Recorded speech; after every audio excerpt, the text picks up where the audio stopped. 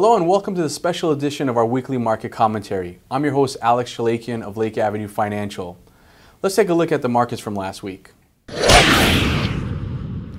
markets were mixed with the S&P 500 down 0.24%, the Dow was flat, and the Nasdaq was up 0.17%. We also had some major economic reports from last week. Existing home sales were at 4.8 million, new home sales increased to 481,000, consumer confidence fell to 96.4, initial jobless claims rose to 313,000, and the core CPI remained at 1.6%. In this special edition of the weekly market commentary, we really don't have a list of items to discuss, but wanted to focus on the Nasdaq. As we were getting ready for this video, the Nasdaq Composite Index passed 5,000 for the first time in 15 years. I wanted to take some time today and take a journey back to the year 2000 when the dot-coms ruled the world. It was March 7, 2000, almost exactly 15 years from today.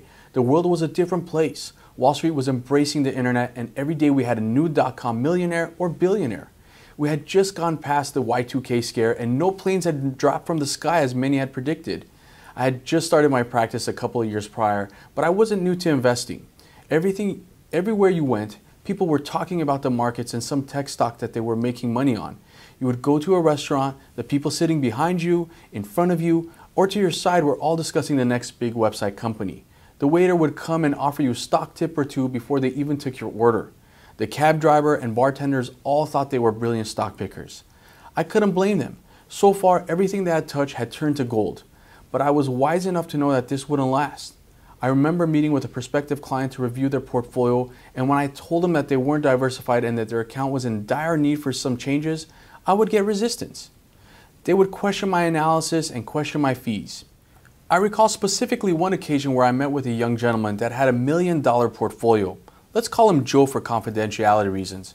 After talking to Joe and reviewing his positions, I told him that having 5 dot-com stocks was not considered being diversified. He looked at me like I was speaking another language.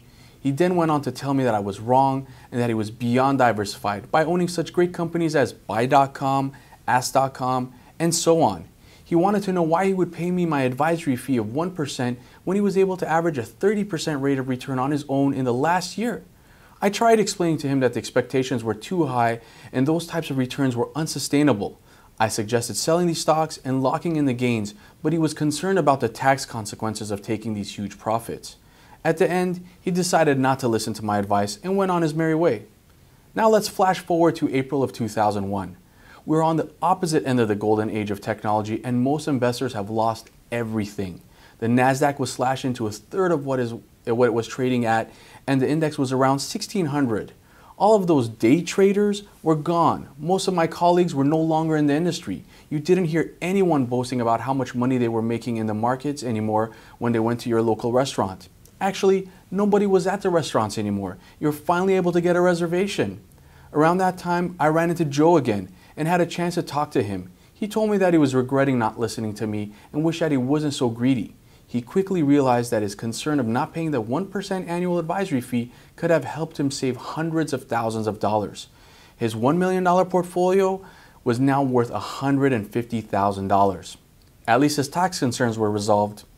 Now we leap forward to 2015 and the Nasdaq is finally back at 5,000. The interesting conversation on Wall Street is, are things any different than 15 years ago?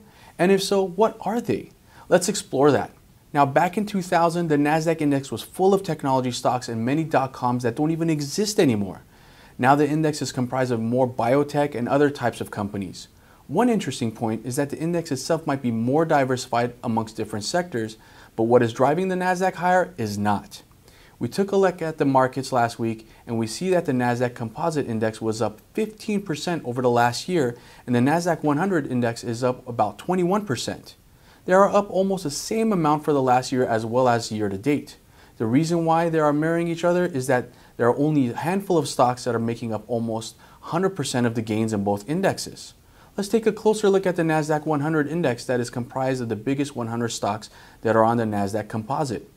This index was up 218 points for the year as of last week. All of those points are accounted by for just 5 companies in the index. Shares of Netflix are up 38% since the beginning of the year. This makes up for 10 points of the 218-point advance that we have had so far. Then we have Gilead Sciences, which is up 11% this year. That accounts for 15 points. Next is Biogen IDEC, that is up 20% year to date, which adds another 17 points to the index. Then we have Amazon.com, which is up 22% since the beginning of the year, adding 35 points to the Nasdaq 100. Lastly, we have Apple, that is up 20% year to date. Because of how big Apple is, it adds 141 points of the 218 total points. These 5 stocks account for all of the gains in the Nasdaq 100 index as of last week. That means that the other 95 stocks that make up the index have basically gone nowhere in the last year. If you take an even closer look at it, Amazon and Apple make up 80% of the Nasdaq 100 index gains for the year. Now, we're not picking on these two companies as some of our other viewers might think, but I'm just mentioning this out to make a point. So you should be asking yourself, are things any different than when the Nasdaq hit 5,000 15 years ago? Do we think that the index is a lot more diversified than it was in 2000? Yes, we do. Do we think that there are less .coms than you have to worry about? Yes, we do.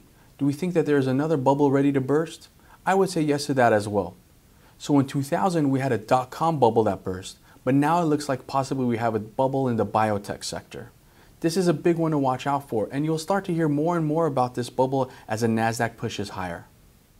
For those of you who watch our weekly market commentary, we're offering a complimentary risk analysis to take a look at your portfolio and see if you are too heavily weighted in the biotech sector or in the Nasdaq index itself. There is no obligation on your part, but this is a way for us to make sure that you don't end up like Joe. If you'd like to take advantage of this free risk analysis, please call or email our office. Thank you for watching our video. We'd love to hear your comments. To watch some of our other videos and read our blog posts, please visit our website, LPLFinancial.com. There you'll be able to subscribe to our weekly newsletter. You can also find us on Twitter, LinkedIn, and Facebook. And remember, here at Lake Avenue Financial, we manage your wealth with your goals in mind. Thank you for watching.